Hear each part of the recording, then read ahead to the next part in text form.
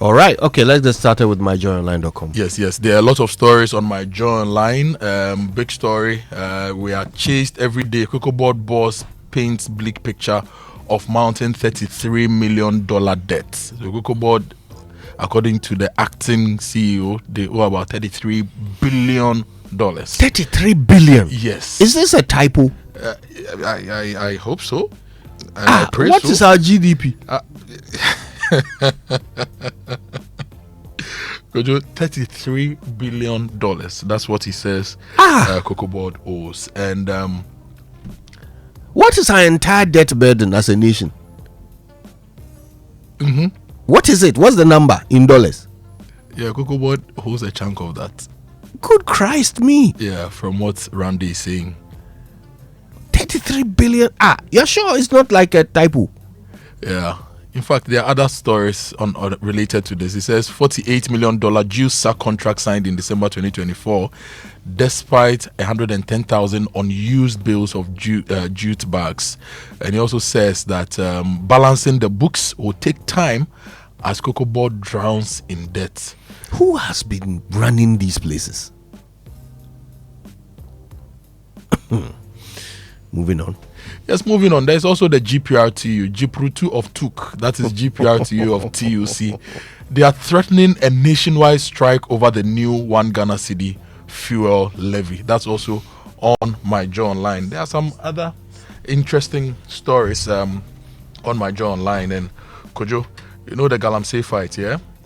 There's this story on My Joy Online that actually worries me and it makes me very, very, very alarmed.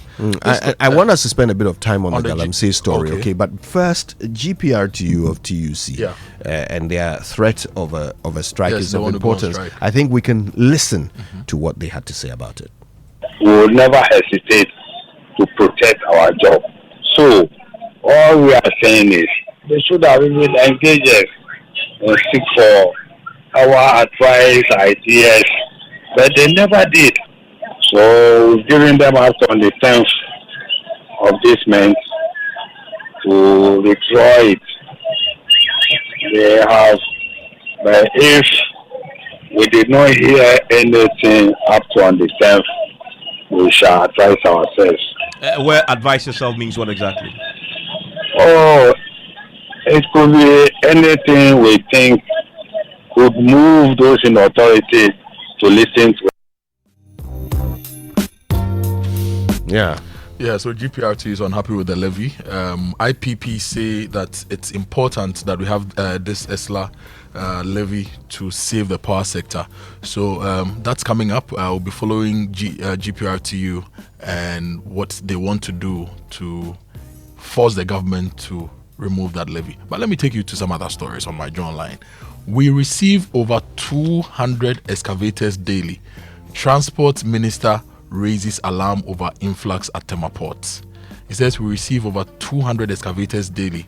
And in fact, he also gave us a sense of how many excavators are on the high seas destined to come to Ghana.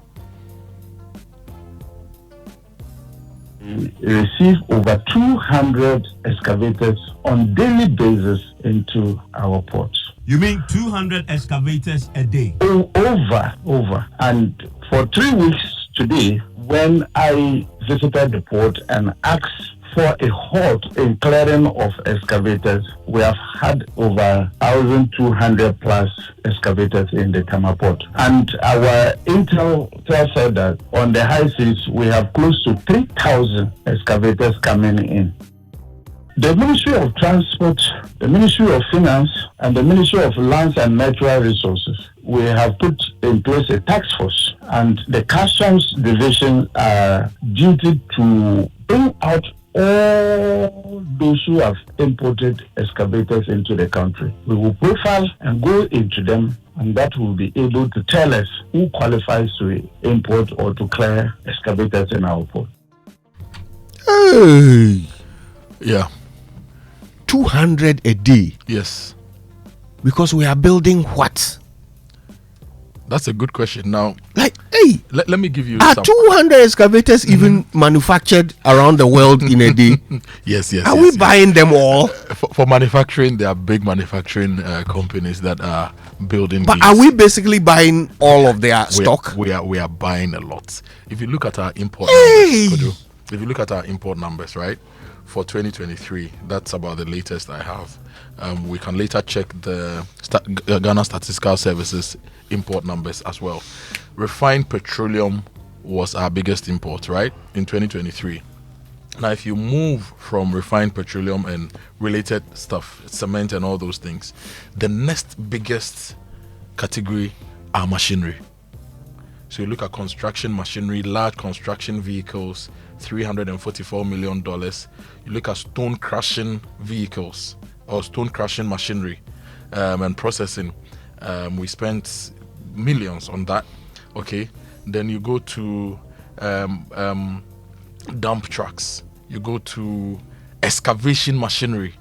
So there's the large construction vehicles. There is also excavation machinery, $181 million worth of these machinery in the year 2023. And this is not just 2023. If you go back 10, 15 years, you'd realize that the import of these earth-moving equipment keeps increasing year on year. So we are fighting Galamsey. Somebody should be looking at this data to even inform the government how we are doing, because we always complain about bad roads. So we are not seeing these machines on our roads and fixing roads. So where are they going to? 200 excavators a day. A day. Yesterday, 200 excavators came to Ghana. Wednesday, 200. Tuesday, 200. Monday, 200 a day. That's a lot.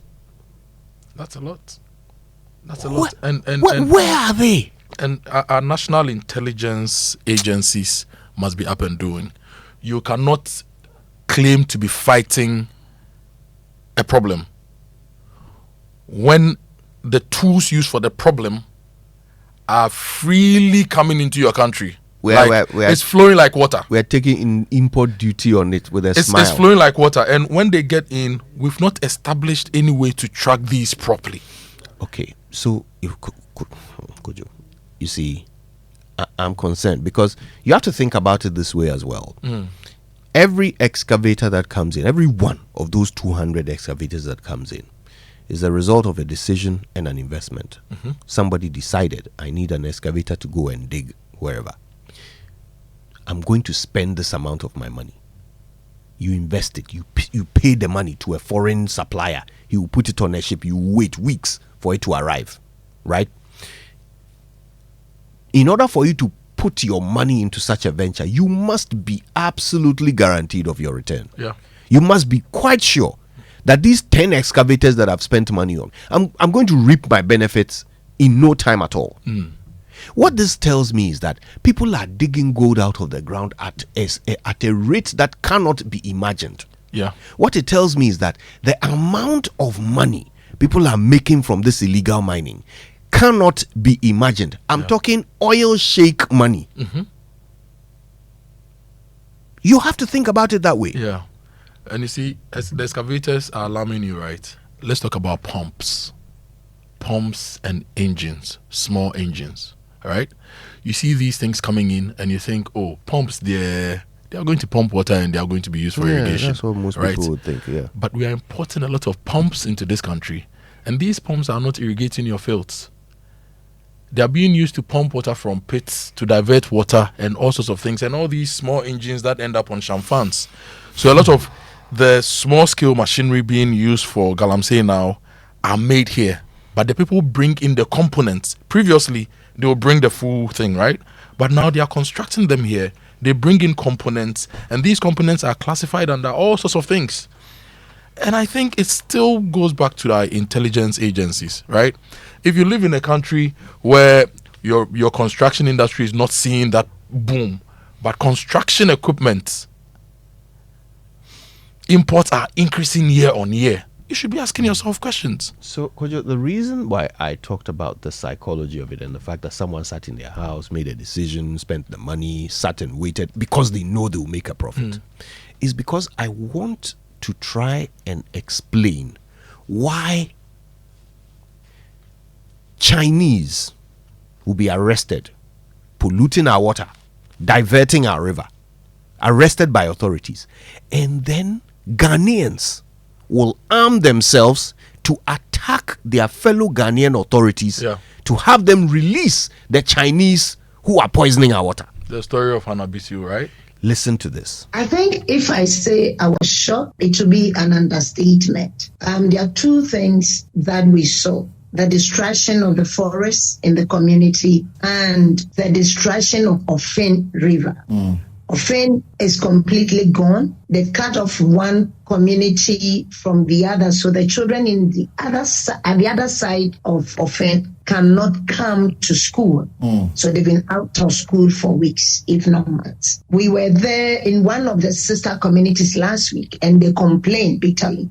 So we had to use some sort of strategy to get into the community today, because anytime you try the normal way, and we saw a major destruction of Ofen. Ofen has completely been diverted. It's turned to red, and huge pits.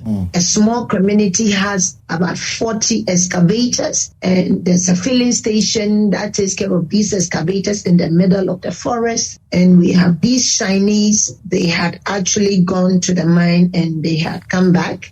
We waited for them to come, and then we apprehended them and we went back to their site. Some of the excavators, as we got there to the site, they took them away. But what is happening is disastrous. I think one of your guests talking about the Mineral and Mining Act, Amended Act 2019. This section 3 talks about foreigners when they are caught doing mining, what should be done to them. So as we speak, we have pushed for court. We went to court, and so we did not sleep on it, went to court. But before we got here, even in the village, so we had these thugs coming and besieging the place, besieging us, basically hostage, gunshots everywhere. They will not allow us to go with the Chinese. Today? Yes, today, this morning. It was a hostage style of thing, and machetes hitting the vehicles, and not let us go, shooting, and the villagers, everybody was running. And what I said was that, come what may, these Chinese will go with us. You can shoot. The only thing, my concern was, we had journalists with us. I mean, for the journalists, yes, but for the rest of us, you become part of the security task force. Right. We managed to push through, finally, through a lot of struggle and hustle. Then we got to Inahimi police station. Then the police asked them to block us again. These same thugs to divert us and direct us to release the Chinese to them. That place, I really got upset, because with everything we went through in the village, it was between life and death issue, where you've been held basically hostage under gunshots because you've arrested these Chinese who have committed such crime against humanity, crime against our water bodies, crime against our forests, crime against our nation. Then we manage to pull through. We get here, then you bring them to block us again with wielding guns and stuff. So I came out and I said, look, enough of this. So I told the police commander that we are not leaving even a pin with you, because it happened in your jurisdiction and it's just around the corner. Last time we were here, they escaped. Today we've come for them. Right. So we went to the police at the central police station and we went to court. So they've been reminded. And we're going to push for the enforcement of the law, the act, the Mineral Mining Amendment Act in 2019, the section 3. It talks about the penalties points that they should be either of the penalty points or imprisonment 20, not less than 20 years, and not more than 25 years. Right. Or you can do both. Exactly. We are going to push this time for both. You see, because these communities, if you see the state in which these communities are, you can't even describe it. That's the harrowing experience that Hannah Bisu recounted following their arrest as part of a task force of some Chinese illegal miners. I mean, it beggars belief. First of all, Ghanaians armed themselves to attack their own officials who were there to protect them from poisoned water, right? Mm-hmm. Arm themselves and attack them so that they will release the poisonous of the water so they can come and continue poisoning their water. Yes. Then they managed to get through that particular siege, got to the nearest police station, and the police then brought back these thugs to come and insist that the Chinese should be released. The police. I mean, at this point, you remember the story? So is this still not enough to declare a state of emergency? Is this still not enough? Like law enforcement. Yeah. Law enforcement is ganging up with foreign enabling criminals. Jesus Christ. To put a public official. You are worried about the public official. No. I'm worried about the poisoned water. The public official went to stop them. Yes. Right? So we have given them the power of the state to stop the carnage. And people we have also given authority to ensure law and order are enabling criminals to prevent the state from doing its work. Can you imagine? Kojo, the thing is a ginsem, but it's because of the scale of it. That is what I think we are blind to. Every time we talk about Galamsey, right? Even the expression, look, we use Galamsey to describe little side jobs that we do, right? We call it Galamsey. Yeah. When you are a doctor and you go and do some private surgery for someone, that's Galamsey, right? You are a teacher, you go and do extra classes for someone's child, that's Galamsey. But we learned that from the gold mining I'm with space. I'm with you, but I'm saying that it activates a certain concept of a little side job in our minds, right? But Galamsey is the main job. That's what I'm saying to you. That it is the main job of this nation. 200 excavators a day. It is Ghana's main occupation. It's happening on a large scale across the nation. It is being done by criminals, and the criminals are getting more powerful than the state. Yeah. You have to understand the danger, the clear and present danger that poses to a sovereign nation. Law and order is on the precipice of crumbling because the criminals are stronger than the state. They are just quiet too. They are just calm.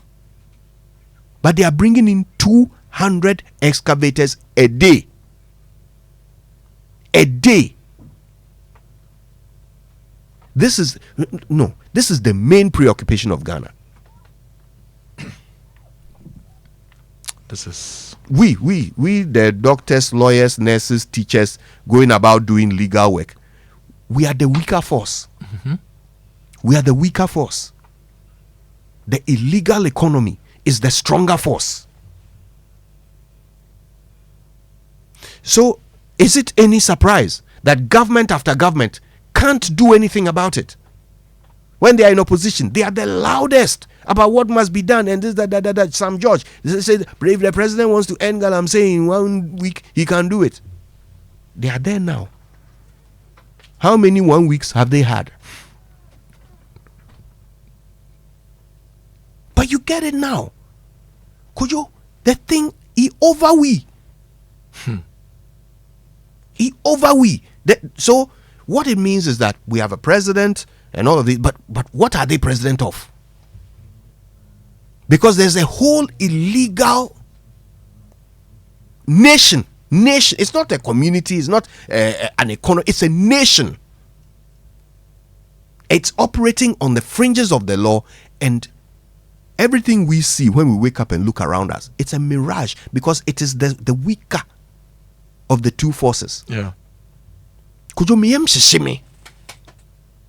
200 excavators a day. Now we are attacking government officials, citizens, arming themselves with machetes. Yeah. I'm sounding South American. They machetes. are arming themselves with weapons, AK-47s, to and come all and those things. free Chinese miners. Yeah. This must be the most amusing thing that the Chinese have ever heard. Our criminals are being protected by the nationals of the country that they are destroying. Now that is power. I mean, that is power. That's a superpower. Look, where even your criminals, the intelligence agencies, I'll say it again. Let us feel the effects of your intelligence. Minister of Lands, you've made some very good gains in this fight against Galamsey, but we've requested your strategy and the outcomes that you expect to give us. Let us see what the challenges are. Let us understand and let us know how we are going to do this together. It is not your fight alone. It is our collective fight. And you've started a few things. Blue Water Initiative, this. Let's know how we can do this.